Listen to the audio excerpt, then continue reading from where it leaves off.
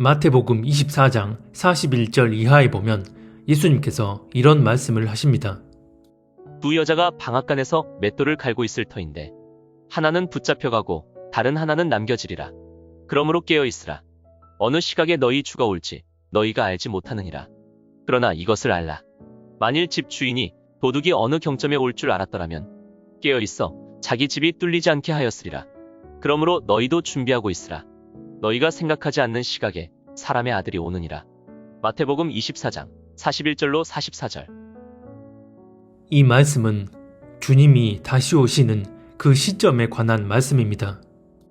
그런데 이 구절들을 보고 전혀 다른 해석을 하시는 분들이 있습니다.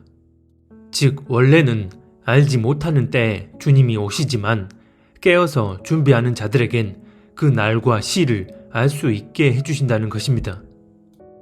여기서 그 때와 시라는 것은 정확한 년, 월, 일, 시, 즉 몇 년, 몇 월, 며칠 등을 의미합니다. 그러면 정말 이 구절들을 그런 의미로 받아들여도 되는 걸까요? 하지만 이 말씀의 의미를 있는 그대로 해석하게 되면 그 때와 시를 알 수도 있다는 의미로 해석이 되어질 수가 없습니다. 가장 먼저 만약 이 구절들의 의미가 깨어있는 자들에겐 그 때와 시를 알 수 있게 해주신다는 의미였다면 마지막 44절에서 그러므로 너희도 준비하고 있으라. 너희가 생각하지 않는 시각에 인자가 오리라 가 아니라 그러므로 너희도 준비하고 있으라. 준비하지 않는 자들에겐 생각하지 않은 시각에 오리라. 이런 식으로 더 명확한 의미를 부여하는 추가적 표현이 들어갔어야 합니다. 하지만 주님은 아주 분명하게 준비하는 자들에게도 생각하지 않는 시각에 오신다고 말씀하셨습니다. 그러면 왜 준비하라고 하셨을까요? 주님이 이렇게 말씀하시고 마무리를 지으셨다는 것은 비록 그 정확한 때, 즉 년, 월, 일, 시는 알 수 없지만 깨어서 준비하고 있으면 경점은 알 수 있기 때문입니다. 그래서 43절에 보면 예수님께서 경점은 알 수 있다는 식으로 말씀하신 건데 여기서 예수님이 말씀하신 경점이란 사전적 정의로 보면 이스라엘에서의 밤 시간대를 의미합니다. 즉 해가 지는 저녁부터 해가 뜨기 직전인 새벽까지의 시간을 구분하기 위해 사용되었던 단위로 정의됩니다. 마가복음 13장에서 예수님은 이 시간대를 이렇게 말씀합니다. 그러므로 깨어 있으라. 집 주인이 언제 올는지, 혹 저물 때 일는지, 밤중 일는지, 닭 울 때 일는지, 새벽 일는지 너희가 알지 못함이라. 마가복음 13장 35절. 여기서 예수님이 말씀하신 저물 때, 밤중, 닭 울 때, 새벽은 모두 이스라엘에서 4개로 나누어진 경점의 시간대입니다. 즉 저물 때는 몇 시부터 몇 시까지, 한밤중은 몇 시부터 몇 시까지, 닭 울 때는 몇 시부터 몇 시까지, 새벽은 몇 시부터 몇 시까지 이렇게 4분할로 나뉘어서 시간대를 구성했는데 여기서 중요한 것은 경점을 안다고 해도 이 4가지 경점 가운데 정확히 몇 시인지를 알 수 없다는 것입니다. 예를 들어 이 경점 가운데 한밤중이라는 걸 안다고 해도 그 한밤중 가운데 정확히 몇 시를 말하는 건지 알 수가 없다는 것입니다. 주님은 당신께서 다시 오시는 타임라인을 하루의 날로 비유하시고서 생각하지 않은 시각에 오신다고 말씀하셨습니다. 그러면 이것을 지금 시대의 타임라인에 맞게 적용해보면 몇 년, 몇 월, 며칠 이런 정확한 시간대를 알 수 없다는 의미입니다. 물론 하루의 시간 중 몇 시부터 몇 시까지의 경점이 언제인지는 알 수 있다는 가능성을 열어놓으셨고 그렇다면 몇 년부터 몇 년 사이에 오실 수 있다는 것을 예측하는 정도는 가능할지 모릅니다.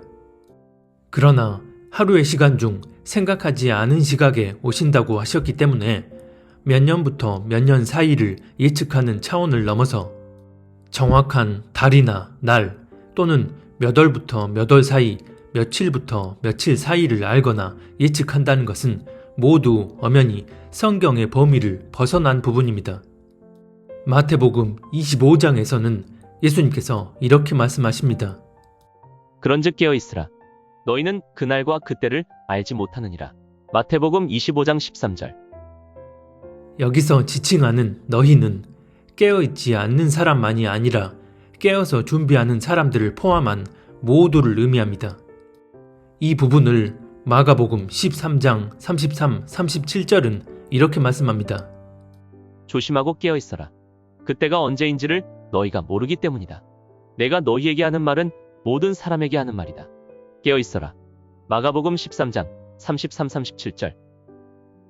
여기서도 분명하게 그 때가 언제인지는 그 누구도 알 수가 없다는 것이고, 여기서 말씀하는 그 때는 정확한 연, 월, 일, 시를 의미합니다. 그럼에도 주님 오시는 때를 특정한 날짜나 기간으로 정해 놓는다면 그 자체로 예수님이 말씀하신 본질적 의중과 정면으로 상충되어 버립니다. 주님이 말씀하신 생각하지 않은 시각이란 우리가 생각하는 그런 특정한 연, 월, 일, 시를 알 수가 없다는 의미이고, 그래서 깨어 준비하는 자들에겐 정확한 날과 시가 아니라 여러 시대적 징조들을 분별함으로써 대략 어느 경점인지를 알 수 있기 때문에 갑작스레 그 날을 맞이하지 않을 수 있는 것입니다. 이 부분을 데살로니가전서 5장은 이렇게 말씀합니다. 형제들아, 때와 시기에 관하여는 너희에게 쓸 것이 없음은 주의 날이 밤에 도둑같이 이를 줄을 너희 자신이 자세히 알기 때문이라. 그들이 평안하다, 안전하다 할 그때에 임신한 여자에게 해산의 고통이 이름과 같이 멸망이 갑자기 그들에게 이르리니 결코 피하지 못하리라.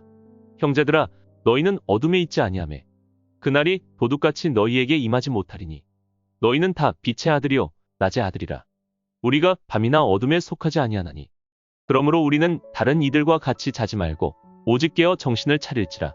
데살로니가전서 5장 1절로 6절. 여기서 2절에 보면 주의 날이 도둑같이 이를 줄 너희 자신이 안다고 말씀하고선 4절에선 그 날이 도둑같이 너희에게 임하지 못한다고 말씀합니다.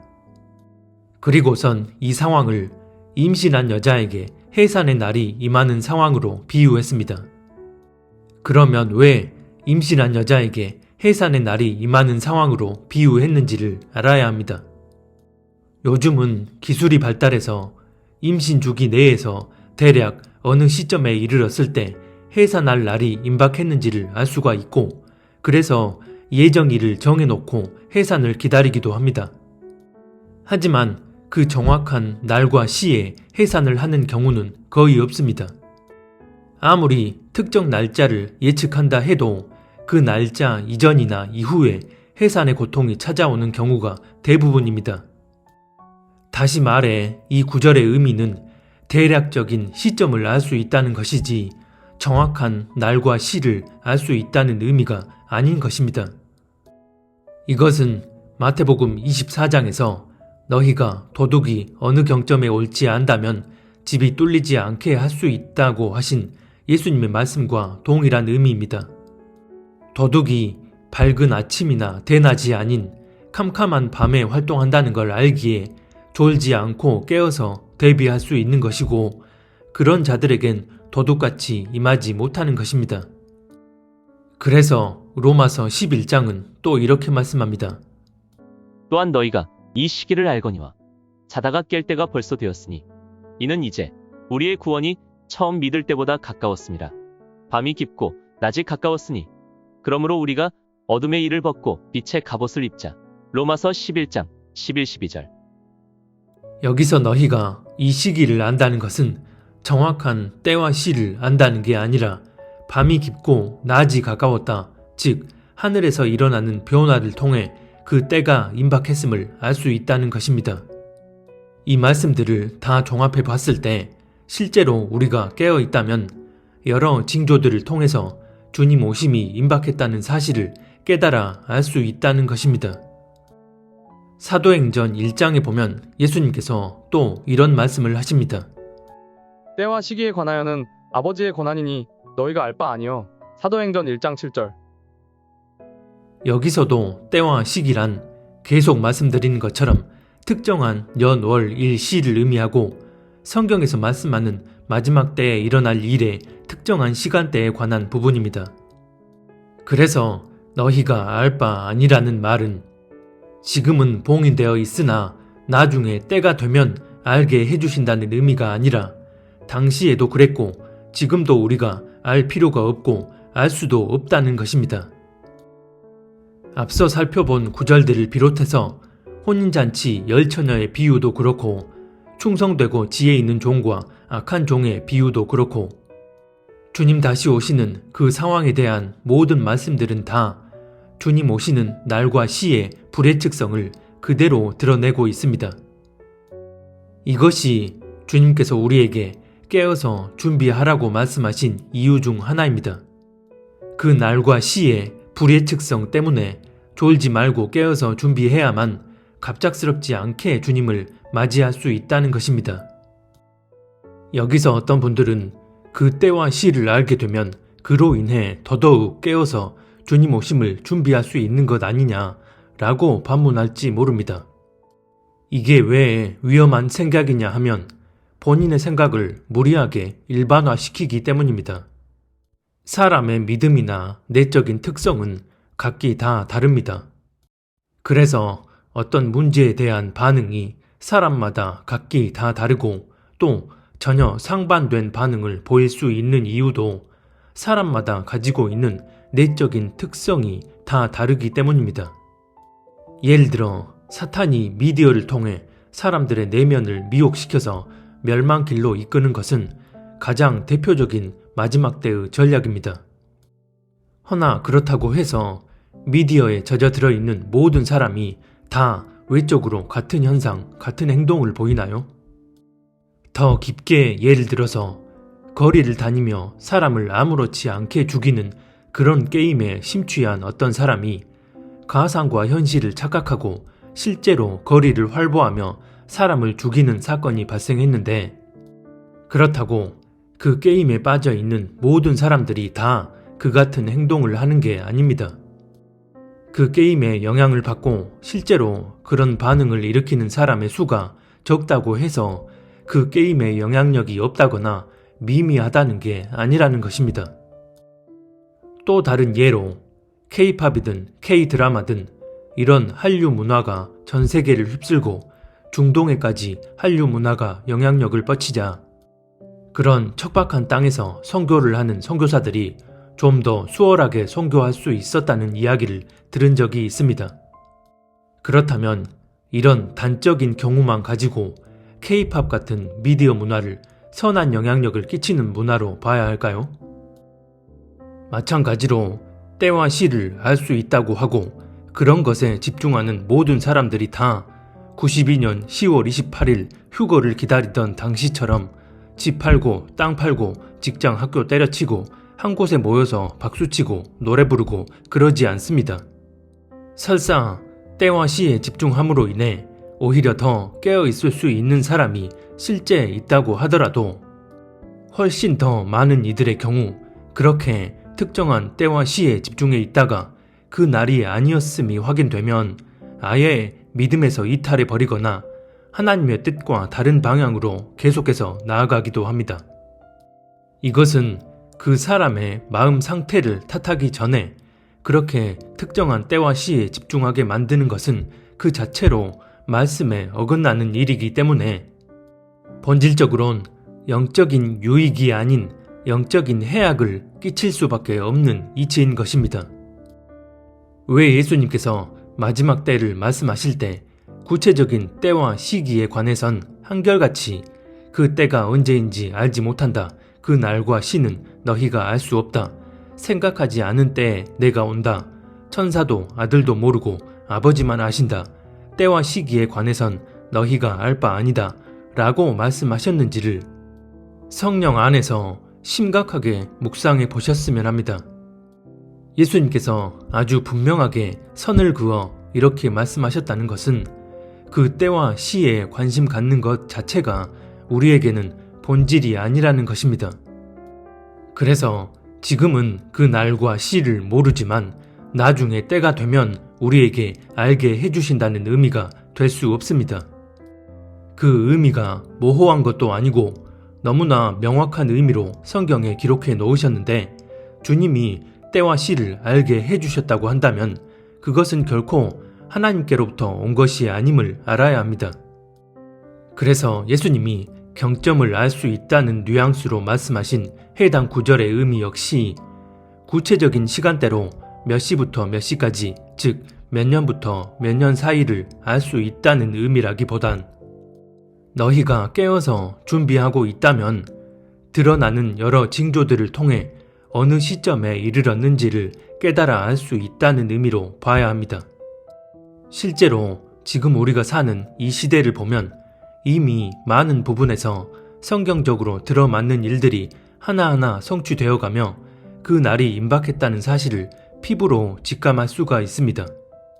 우리가 정말 깨어있는 그리스도인이 맞다면 드러나는 여러 사인들을 통해서 지금이 어느 시점에 이르렀는지를 알 수가 있기 때문에 분명하게 명시되어 있는 성경 말씀의 의미를 거스르며 그렇게 때와 시에 집중하는 것은 하나님의 뜻과 다른 방향으로 나아가는 것입니다. 신명기 29장에 보면 아주 의미심장한 말씀이 나옵니다. 이 세상에는 주 우리의 하나님이 숨기시기 때문에 알 수 없는 일도 많다. 그것은 주님의 것이다. 그러나 하나님은 그의 뜻이 담긴 율법을 밝히 나타내 주셨으니 이것은 우리의 것이다. 우리와 우리의 자손은 길이길이 이 율법의 모든 말씀에 순종해야 한다. 신명기 29장 29절. 여기서 보면 하나님이 숨겨놓으신 일이 있고 그런 일들은 철저히 주님의 것이라고 말씀합니다. 그리고 반대로 하나님의 뜻이 분명하게 드러난 일은 우리에게 속한 것이기 때문에 그에 맞게 순종함으로 나아가야 한다고 말씀합니다. 즉, 하나님이 숨겨놓으신 일은 하나님께 속한 일이기 때문에 우리가 알 수 없다는 것입니다. 이처럼 하나님이 숨겨놓으셨고 하나님께 속한 일을 가지고 자꾸만 알려고 하며 거기에 집중한다면 정작 하나님이 드러내 주심으로 우리에게 속한 일들은 제대로 순종하지 못하고 있다는 말과 같습니다. 이 문제는 성경을 이렇게 해석하면 이렇게 해석되고 저렇게 해석하면 저렇게 해석되어지는 그런 차원의 문제가 아닙니다. 다만 이 성경을 접하는 이들이 말씀 자체에 최종적인 권위를 두고 말씀을 보느냐 아니면 다른 기준과 관점을 가지고 말씀을 곡해하느냐의 차이입니다. 성경에서 아주 명확한 의미로 이해되는 구절에 대해선 그 의미 자체에 절대성을 부여해야 합니다. 그런데 성경을 무리하게 상징적으로 해석하거나 지나치게 자의적으로 해석하면 그때부터 문제가 심각해지게 됩니다. 만약 앞서 본 구절들의 의미가 원래는 알지 못하는 때에 오시지만 깨어있는 자들에겐 그 년, 월, 일, 시를 알게 해주신다는 의미로 해석이 되어졌다면 아예 처음부터 문장의 이해력이 떨어지는 경우이거나 그게 아니면 때와 시에 집중하게 만드는 관련 지식, 정보 등이 외부로부터 유입되어 머릿속을 지배해버린 상태에서 그런 사고체계 안에 말씀을 끼워 넣어서 자의적으로 해석해버리는 경우입니다. 전자의 경우라면 성령님이 얼마든 은혜를 부어주심으로 바로 알고 교정이 되어질 수 있습니다. 그런데 대부분은 후자의 경우입니다. 머릿속이 순수한 상태에서 그냥 말씀을 있는 그대로 보았는데도 그렇게 해석이 된 경우가 아니라 대부분 이미 머릿속을 지배해버린 그 특정 지식과 교리를 기준 삼아 말씀을 그렇게 해석해버리는 것입니다. 사실 이런 일은 시한부 종말에 관해서 뿐만 아니라 구원론 같은 중요한 문제에 있어서도 그대로 해당이 됩니다. 자신이 옳다 여기는 교리를 기반으로 깔아놓고 그런 교리를 절대 기준 삼아 관련 성경 구절들을 끼워 맞춰서 자신의 교리를 변증하기 위한 논리 체계를 형성합니다. 이런 경우 대부분 말씀을 해석하는 데 있어서 앞뒤 문맥상으로 바로 이해가 되어지는 구절임에도 지나치게 비유적, 상징적으로 해석하며 말씀의 의미를 교묘하게 비틀어서 자신의 교리를 합리화하는 데 이용합니다. 이런 극단적인 폐해는 신천지 같은 이단에서 대표적으로 나타납니다.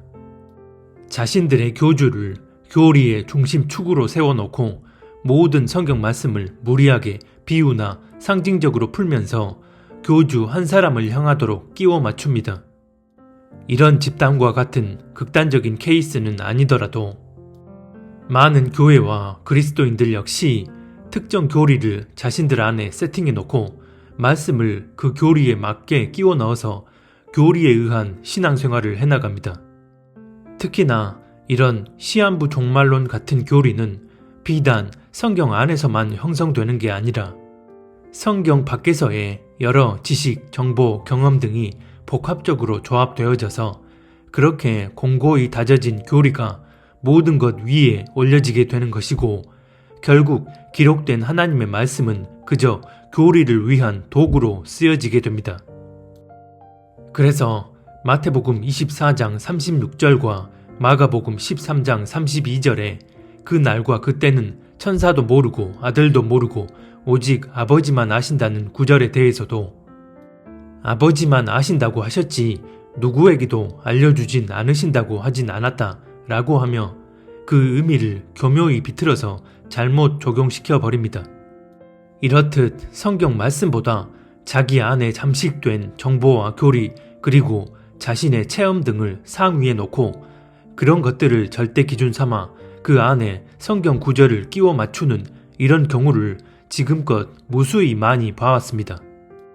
1992년 10월 휴고 소동이 일어났을 때나 그 이후 계속해서 특정한 날과 시를 언급하며 시한부적인 종말론을 앞세우던 분들이 모두 다 허무맹랑한 주장만 한 게 아니었습니다.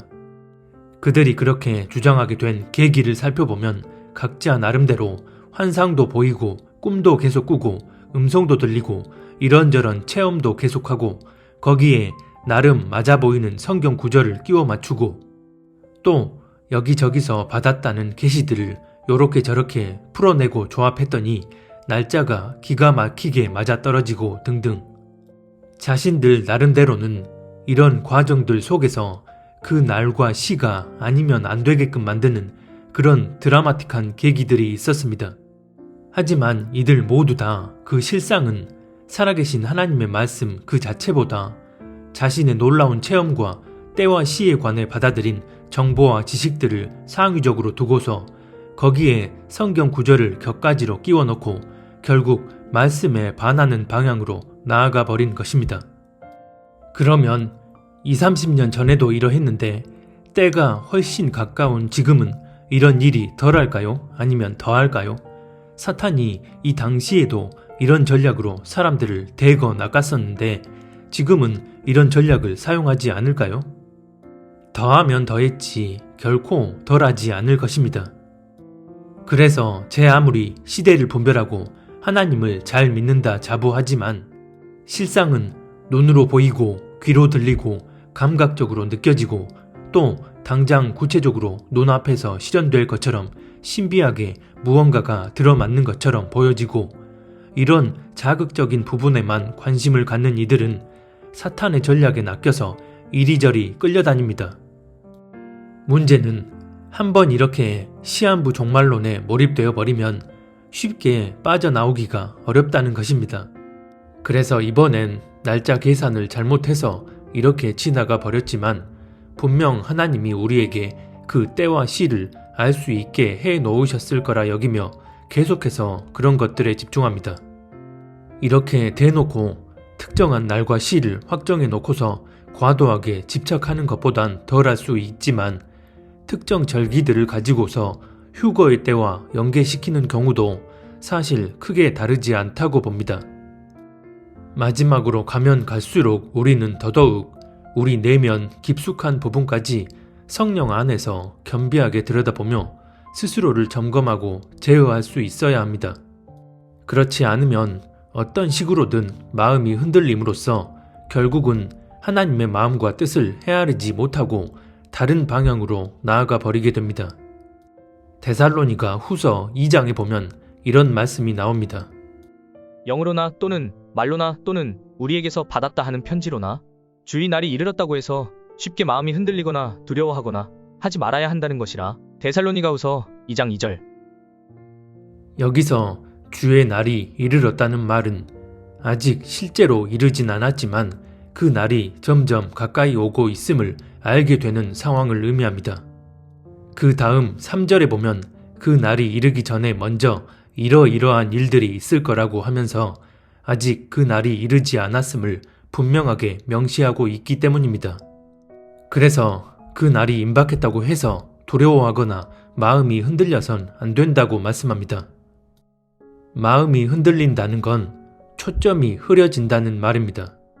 초점이 흐려진다는 것은 바라봐야 할 대상을 제대로 보지 못함을 의미하고 이렇게 되면 가야 할 방향으로 제대로 가지 못하게 됨을 의미합니다. 그래서 우리가 끝까지 하나님께만 초점을 맞추고서 그분의 마음과 뜻을 헤아려서 그 뜻대로 나아가야 하는데 마음이 흔들림으로써 오히려 하나님의 뜻과 다른 방향으로 나아갈 수 있습니다. 그래서 저자는 두려워하거나 마음이 흔들리는 것을 주의하라고 말씀하는 것입니다. 그렇지 않으면 시대적 현실에 대한 분별이 머리로는 어느 정도 될지 몰라도 본질적으론 하나님의 뜻대로 나아가지 못하고 오히려 광명한 껍데기를 가장한 사탄의 전략에 놀아나게 됩니다. 마지막 때의 이런 미혹은 어떤 모양으로든 사람을 통해 나타나게 됩니다. 그래서 사복음서에 보면 예수님께서도 마지막 때에 일어날 가장 첫 번째 징조로 사람의 미혹을 주의하라고 말씀하신 것입니다. 우리가 깨어서 주님 오심을 준비하는 진짜 그리스도인이 맞다면 하나님께서 눈과 귀를 열어주심으로 지금이 마지막 때의 타임라인 가운데 어느 경점에 이르렀는지, 그래서 언제든 주님 다시 오실 수 있는, 즉 우리가 주님 앞에 첫 추수로 들림받을 수 있는 그런 때라는 사실을 인지하고 있을 것입니다. 그 날이 먼 미래가 아니라 바로 내일이 될 수도 있는 그런 시점을 지나고 있다는 것을 굳이 때와 시에 집중하지 않더라도 충분히 직감할 수 있다는 것입니다. 그렇기 때문에 결코 좌로나 우로나 치우치지 말고 하나님의 뜻 안에 거하며 그렇게 주님 오심을 준비할 수 있어야 합니다. 주님을 기다리고 사모하는 진짜 하나님의 자녀들에게 휴거란 단지 세상의 환란이 두려워서 그 환란을 피하기 위한 목적으로 소망하는 것이 아닙니다. 만약 환란이 두려워서 그 환란을 피하기 위해 휴거를 소망하는 거라면 그런 사람들에 대해선 중심을 감찰하시는 하나님이 판단하시고 보응하실 것입니다. 하지만 환란 전 휴거를 소망하는 자들 모두를 그런 식으로 엮어서 매도한다면 그것은 자기 의에 기준한 판단과 정죄입니다. 성도라면 모름지기 환란 속에서 핍박을 겪고 환란을 통과해야 하는 건데 연약한 자들이 환란을 피하기 위해 환란 전 휴거를 기다린다고 주장합니다.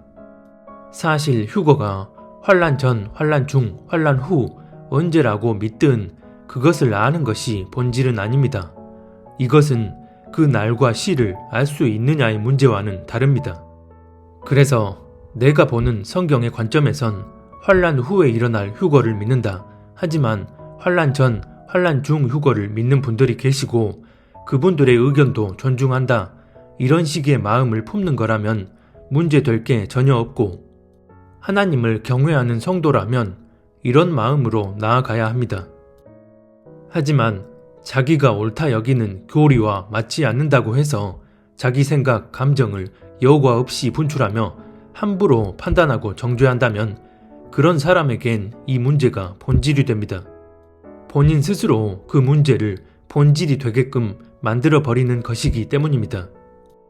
하나님은 마지막 때의 성경 예언에 있어서 당신의 섭리를 한 사람에게만 일방적으로 열어주지 않으십니다. 이 부분에 대해선 다음 영상에서 좀 더 자세히 말씀드리도록 하고, 어쨌든 그래서 저 또한 하나님이 2번의 휴거에 대해 말씀해 주시고 성경으로 조명해 주셨기 때문에 인도하시는 대로 전했던 것일 뿐, 환란 끝에선 구체적으로 어떤 식으로 진행되어질지는 저도 잘 모릅니다. 저는 그저 저에게 역사해 주신 대로만 나아갈 뿐입니다. 예를 들어 하나님이 어느 날 5보다 작은 수는 3과 4다 라고 말씀해 주셨고 왜 그러한 것인지 구체적으로 조명해 주셨다면 조명해 주신 대로만 나아가면 되지.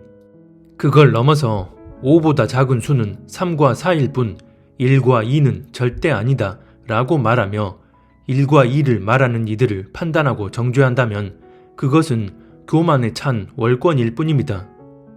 그래서 그런 마음을 품고서 자신이 마치 성경을 다 알고 있는 것처럼 여긴다면 환란 전 휴거를 기다리는 이들은 다 잘못된 믿음을 가진 사람들이고 그리스도인이라면 모름지기 환란을 이겨내야 한다 라고 주장하는 본인의 믿음대로 될 거라고 봅니다.